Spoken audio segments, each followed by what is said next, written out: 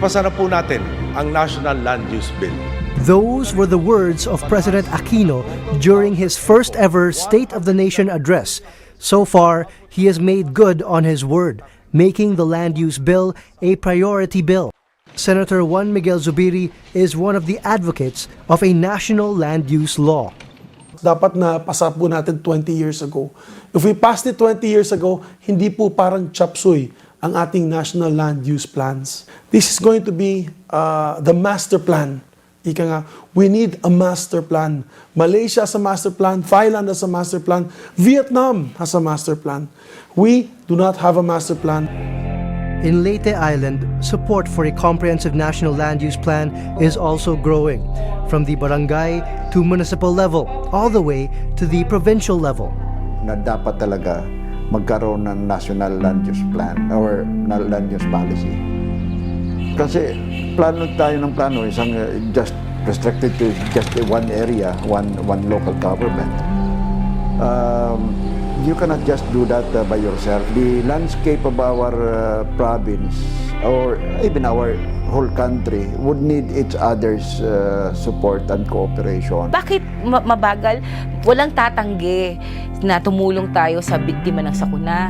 Walang tatanggi na magkasabing dapat i-protect natin yung mga lupa natin para hindi siya maging prone to floods and earthquakes. Walang tatanggi. Pero pag nag-umpisa ng talakayin, paano mo poprotektahin ang lupa? At sabihin mong dapat yung natural purposes niya ay maprotektahan. Yung ecological balance ay ma-maintain, mag-uumpisa ng magdebate. Paano yung interest ko? Paano yung negosyo namin? Paano yung development ng subdivision left and right without really considering which land should be protected and retained as agricultural lands? Nagkakaroon na ng debate doon. I remember when I was in Congress, yung kumakalaban pa ng batas na ito ay mga ahensya mismo. Ibang ahensya ng gobyerno, ay mabigat yun. If there's a department that says, no, will not support this, or may kakausapin na congressman na pigilin itong batas na ito, nagkakaroon po ng monkey wrench, nagkakaroon po tayo ng problema. Hindi natin maiwasan yan. Meron talagang mga lawmakers na magkakaroon po ng vested interest. Let's say they're into subdivision development. There may be lawmakers that will be in natural resources utilization. Let's say mining, protectors sila ng mga mining interests. There have also been high-level dialogues with multiple stakeholders. Father Francis Lucas is the chairperson of the Asian NGO Coalition for Agrarian Reform and Rural Development. It's a dire need for the country because we have so many sectoral laws like the IPRA law, CARPER law,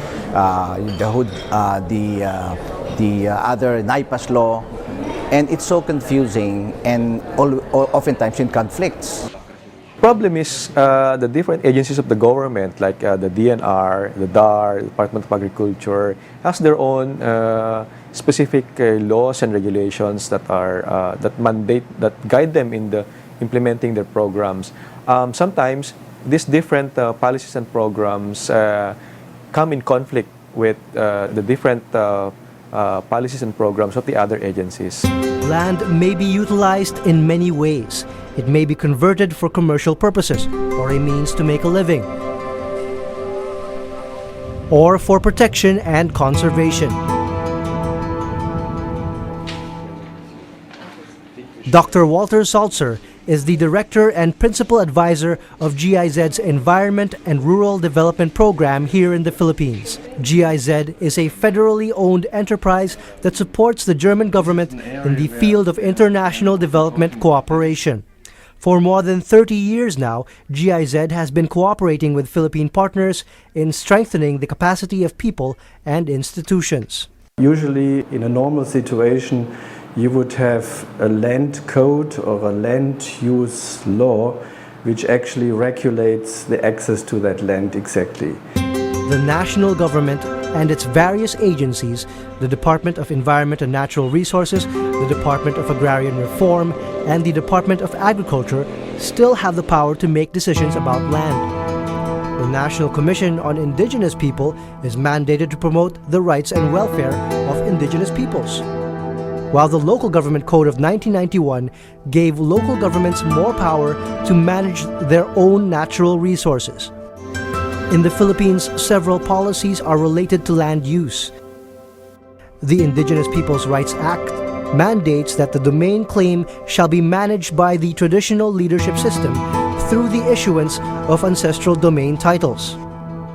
The National Integrated Protected Area Systems Act of 1992 establishes a system to integrate, manage, and ensure the protection and conservation of all protected areas, national parks, game, wildlife refuge, and other environmentally critical areas in the Philippines. Management is by a Protected Area Management Board.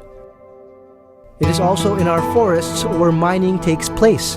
The Mining Act of 1995 allows for 100% foreign capitalization of local mining operations. And they are all happening in the same place. Which policy should be followed? And what takes priority? The Philippines has nearly 16 million hectares of forest lands, home to about 20 million Filipinos. They live below the poverty line with the land that they till on steep slopes. Through the years, rising population has forced lowlanders to occupy areas already cleared through logging. With barely any means to survive, they also resort to unsustainable farming. People living in the uplands are on public lands. There is little tenure security, and resources are harvested without having any accountability. Poverty drives them to survive by exploiting open access areas, areas that are abandoned, or areas not under any management arrangement. The nation's forest cover is down to 5.8 million hectares from its original 21 million hectares. With this comes severe soil erosion, low productivity, and a very low quality of life. 1980s up hanggang ngayon wala ng kahoy. Mayroong nagtutubo, mga yan, ang maliit. Kasi may open for fire ang lugar nito. Pag tuig-tuig masunog, matay ang mga kahoy dito. Nahina yung tubig pag wala ng kahoy dito. At saka kung umulan, bigla malaki ang tubig sa sapa, sa creek yan. Biglang lumaki. At saka punta banda sa lupa, malaki na rin ang tubig. With less forest and continuing degradation, nature expresses its tipping point through disasters. Communities from uplands to lowlands are not spared from nature's wrath.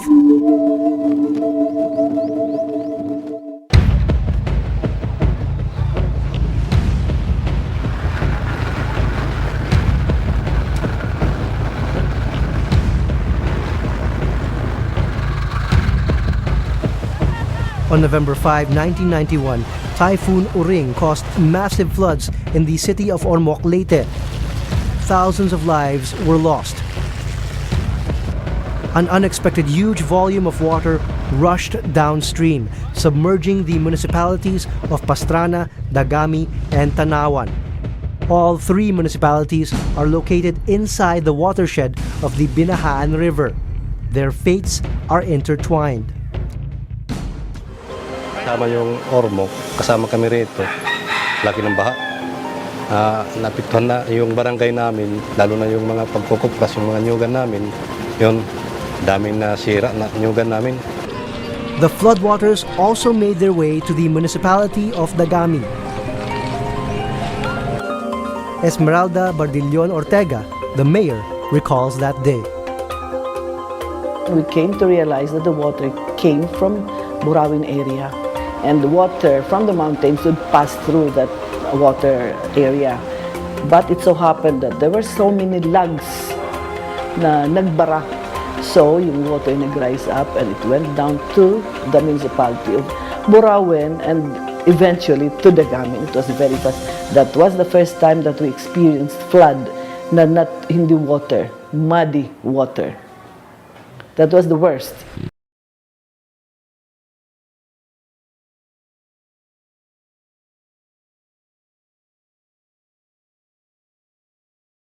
Floodwaters would later flow all the way down to the municipality of Tanawan. Yung baha dito sa amin dahil galing yan sa bundok, marami ang putik na dala ng tubig. Kaya isa itong dahilan na kung bakit nagkakaroon ng malaking distroso yung pananim namin kasi maraming iniiwang parang lahar sa mga lupain namin, lalo na sa palayan. Sa ngayon, parang manhid na kami. Without question, the current land uses are not suited to the changing times and needs of the people today and of future generations. Forests are cut down for wood and farmland. Waters are diverted to crops and settlements. Mountains are hollowed out for minerals.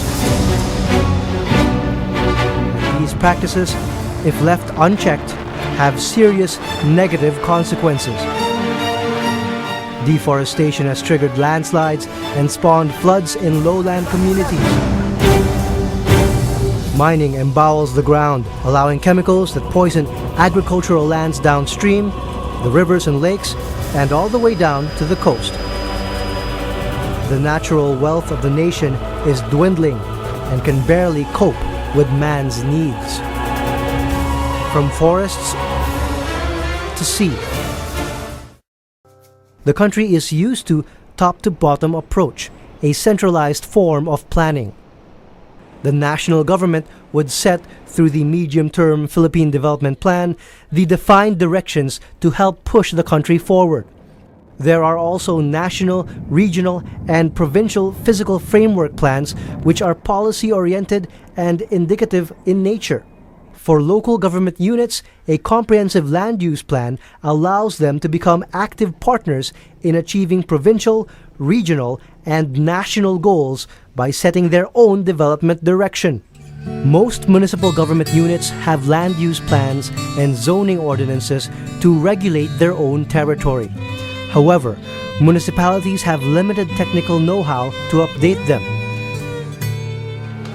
Antonio Bernardo is the head of the Housing and Land Use Regulatory Board.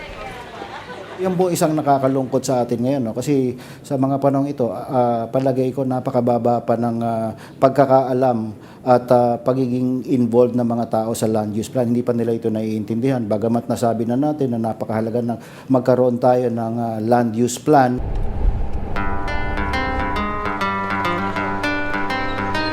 Still, there are communities that recognize this mandate and work toward development through land use planning. One of those communities is the municipality of Ilog, Negros Occidental. Efforts are underway to implement a forest land use plan, a crucial input in their comprehensive land use plan. Forest land use planning is a process to identify various issues and concerns in a forest land, at the same time to develop plans and programs to really counter the concerns and issues in the forest land management. And forest land use planning really identify what portion of the forest land could be subjected for protection as well as production forest, and to identify areas where community could engage in terms of economic activity, considering that many portion of the forest lands for now are really occupied by upland people. So the very purpose is to identify what particular uses or uses of the land that would suit to the needs of the time. And designating portion of the forest land areas for protection could also support the needed requirements of the lowland people for water.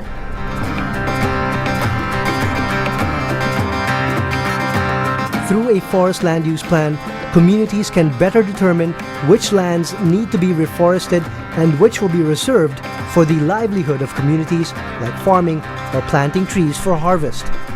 And this is being done with the cooperation between the Department of Environment and Natural Resources and local government units.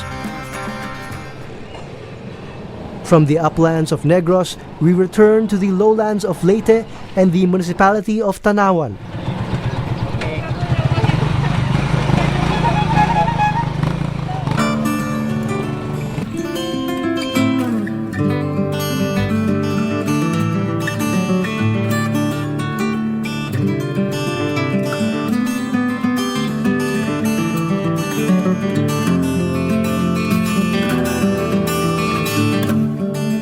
This is a model town in terms of land use planning. Each of its barangays has a land use development plan integrated in their municipality's comprehensive land use plan.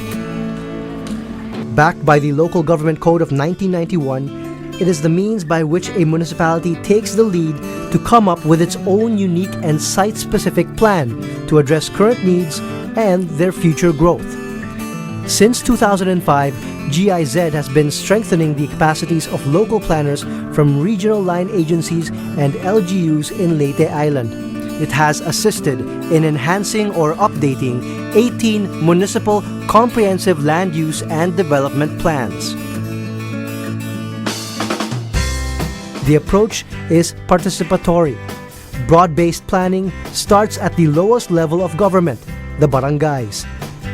Land use planning represents diverse viewpoints to arrive at a consensus. The example of Tanawan shows that land use planning is more than just maps. It is created by the people and supported by the local government to ensure it is implemented. Malaki ang naitulong ng implementation ng LUB-BDP dito sa aming barangay. Sa 18 serbisyo ko bilang isang punong barangay, ngayon lang nalam namin na kung ano talaga ang pangangailangan ng aming constituents at lalong-lalo na sa aming barangay.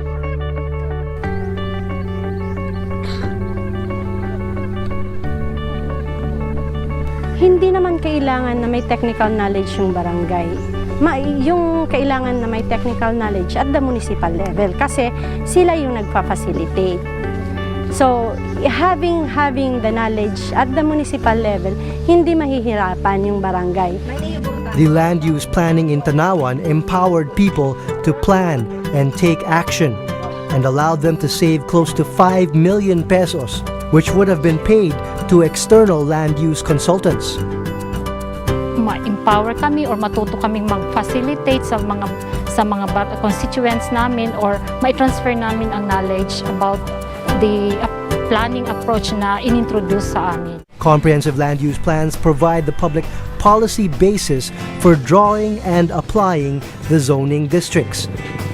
Zoning is the implementation tool to reach the plan's land use goals. Land use planning links present and long-term problems to determine how best the land can be used to solve them. For Tanawan, their land use plan determined the need for agricultural innovations to help ensure food security. Attorney Agapito Pagayanan is the mayor of Tanawan. Tanawan is a flood-prone area. I would say we are a low-lying area, so that's why we are flood-prone. With respect to the planting season, this was adjusted so that when the time comes,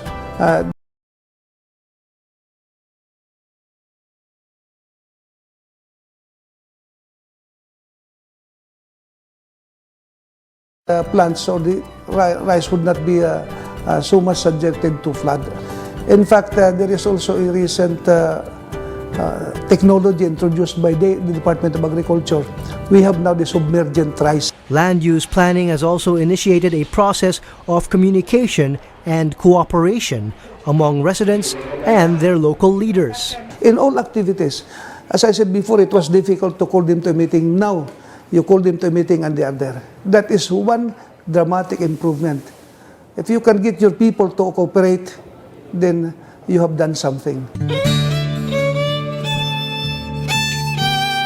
Comprehensive land use planning leads to rational decisions on the long-term use of land and thus reduces the risk of disaster. The map of the municipality of Ginsaugon shows it has a unique situation. Its territory is one whole watershed area.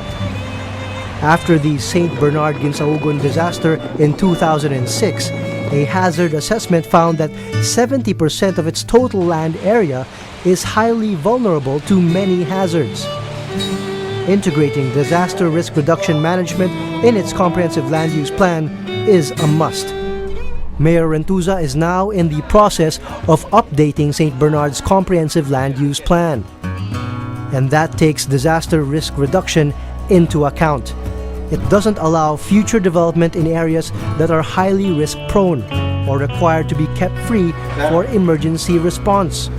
Steep slopes, which are highly prone to landslides, are not used for residential or commercial purposes, but may still be suitable for plantation.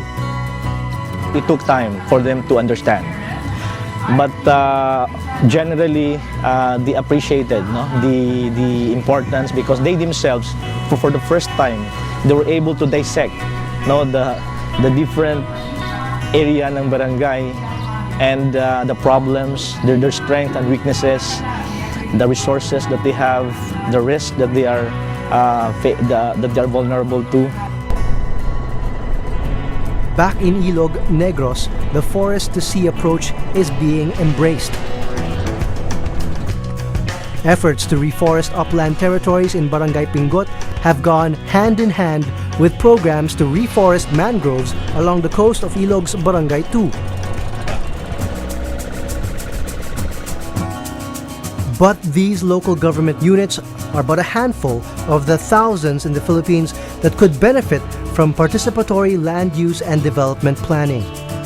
HLURB Chief Antonio Bernardo believes his agency has made much headway in promoting land use planning in the Philippines. I would say we are pretty far forward, except that what we really need is a national land use framework, because all these are really isolated and comprehensive land use plans. We need to integrate, we have to have a national land use policy so that all these individual comprehensive land use plans of the LGUs will be integrated under a certain under one direction, under certain policies which have been passed on a national scale. It is urgent. There is a need to reach a final and common understanding on what is the most optimal use for our lands, to ensure just relationships amongst ourselves, and to protect the resources for future use. I'm very confident na that it will be passed. Yung confidence ko rin nanggagaling sa fact na marami sa mga miyembro ng Congress ngayon ay talagang ang isang interest nila ay magkaroon ng harmony yung mga iba't ibang klase ng social legislations para protektahan yung mga karapatan ng mga basic sectors. The future of our children and our children's children will depend on the wise and informed decisions of today. It is only now, in the recent 2 years, that all agencies have agreed to come up with a single plan of action. We will try to streamline the efforts of government agencies to come up with a proper and complete land use plan for the country. Yung overlapping functions dito sa batas na ito, sana wala na po. It is time to pass the National Land Use Act. We need a comprehensive national land use law now. We need a comprehensive national land use law now. We need a comprehensive national land use law now. We need a comprehensive national land use law now. We need a comprehensive national land use law now. We need a comprehensive national land use law now. Will it provide the framework for optimal use of land and other natural resources? Will it stop deforestation and the degradation of natural resources? Will it provide long-term tenure security for millions of upland dwellers? Will it contribute to food security for a growing population and reduce conversion of agricultural lands into other uses? Will it halt the wild sprawl of settlement, especially on disaster-prone upland and urban areas? It is time to ask ourselves the same question our children and their children will be asking us. When our nation's lands were sacrificed at the cost of our future, did you fight for it or did you keep silent? Now is the time to act.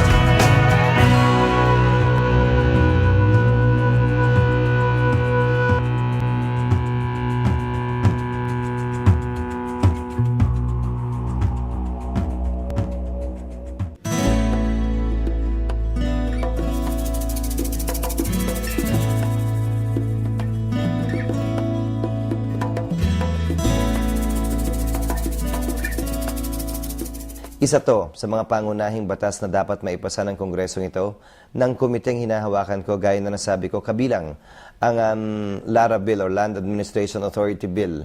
At kung magagawa lamang natin ito, marami tayong away na may iwasan, demanda at kasong may iwasan patungkol sa lupa, paggamit ng lupa at pangangalaga nito para sa darating na henerasyon.